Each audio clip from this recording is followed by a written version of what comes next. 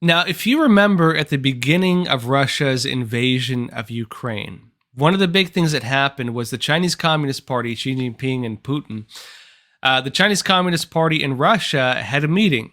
And during that meeting, they signed a no limits agreement, meaning the relationship of the Chinese Communist Party and the Russian Federation has no limits.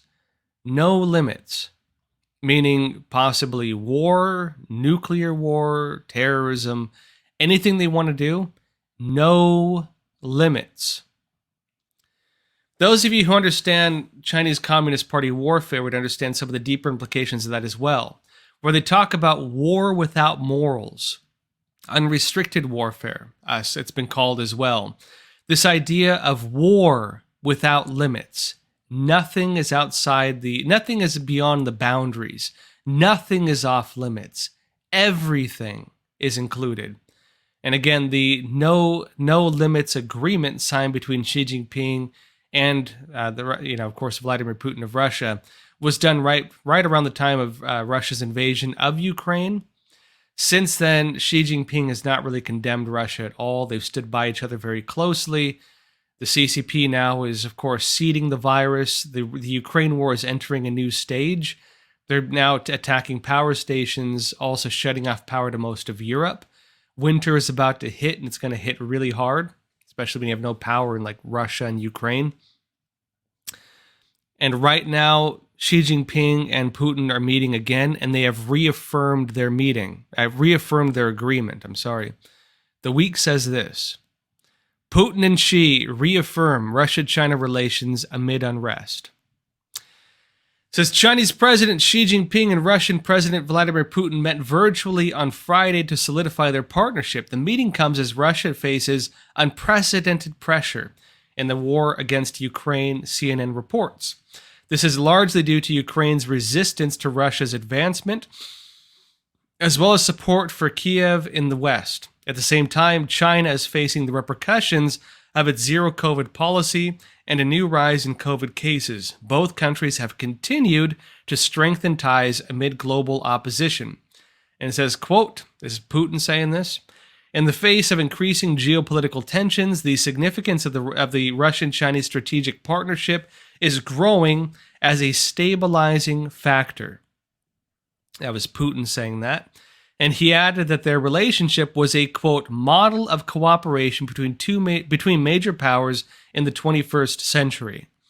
It states as well that China has refused to condemn Russia's actions in Ukraine, opting instead to blame the United States on that and Western allies for the escalation of conflict. And last week, the two countries conducted joint military drills in response to, quote, aggressive U.S. military buildup, according to Washington Post. And in addition to that, the U.S. military revealed that a Chinese fighter plane attempted to intercept an Air Force aircraft and nearly collided with it. Now, what does this mean? It means stage 2. It means the next stage of essentially the global crisis. It means they are moving to the next step, whatever it is they choose to move to. Remember, Xi Jinping is still threatening to invade Taiwan or maybe encircle or attack Taiwan. They're still talking about that. They're now seeding the virus yet again, meaning you're going to watch a global destabilization of the world yet again. You're going to watch very likely the World Health Organization, the sock puppet of the Chinese Communist Party, begin yet again flapping its head about lockdowns and mask mandates and vaccine mandates. You're going to yet again watch we'll see what happens because right now the CCP is opening up, but all it's going to take is new lockdowns to begin again for the global shipping crisis to yet again hit us. And hitting us again, sorry to keep saying again, but the global shipping crisis, if lockdowns take place like they did last time, will very likely cripple the global economy while the economy is just barely trying to get back on its feet. Meaning, the CCP using this has found a vehicle to destabilize the West. Destabilize the West in a way that will cut off finances when finances are necessary, for example, to support the war in Ukraine. When finances, for example, are necessary to end the United States basically bankrolling most of Europe, Latin America, and other countries, even Africa at this point, and stopping the collapse of entire economies. The CCP has it in its interest that if it is destabilized itself, to in turn destabilize the rest of the world so that its own crisis no longer becomes one that threatens the survival of the regime. If the CCP is threatened in the same way that the rest of the world is threatened, it becomes a global crisis rather than a crisis for the leading Communist Party. It is in their interest to make sure that the rest of the world is facing the same crisis that they are. And it doesn't matter the human cost to that. I'm going to be just very blunt with you all. We'll again, the big question is going to be this. The big question we're going to face is this: is the COVID-19 variant in China a new one, or is it Omicron? If it is a new variant, we see right now that it is causing massive new infections in China. We see that it is actually killing Chinese Communist Party leaders. In some ways, this may be like the assassin's mace of the CCP itself. But if that is the case, if it's a new variant, you're going to watch probably new calls for lockdowns and everything else. You're going to watch depending on how real this is, because it's hard to see. It's hard to tell with the CCP because they're so opaque about things.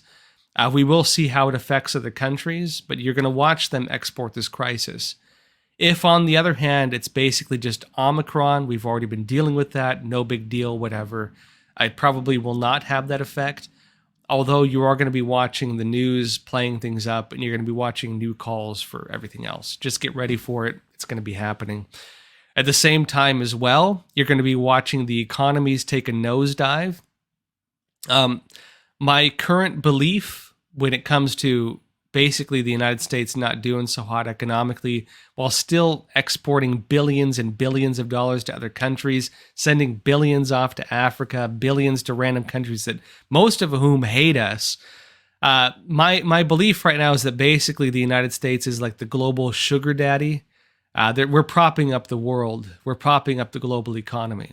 The United States, I think the Biden administration understands that if it does not continue to bankroll the global economy, basically there's going to be a global collapse. We are rapidly heading in that direction. And within a global collapse, you could expect countries like Russia and China to expand their wars. They view this as a strategic and military opportunity, something that this agreement is stating very clearly. That is essentially the situation right now.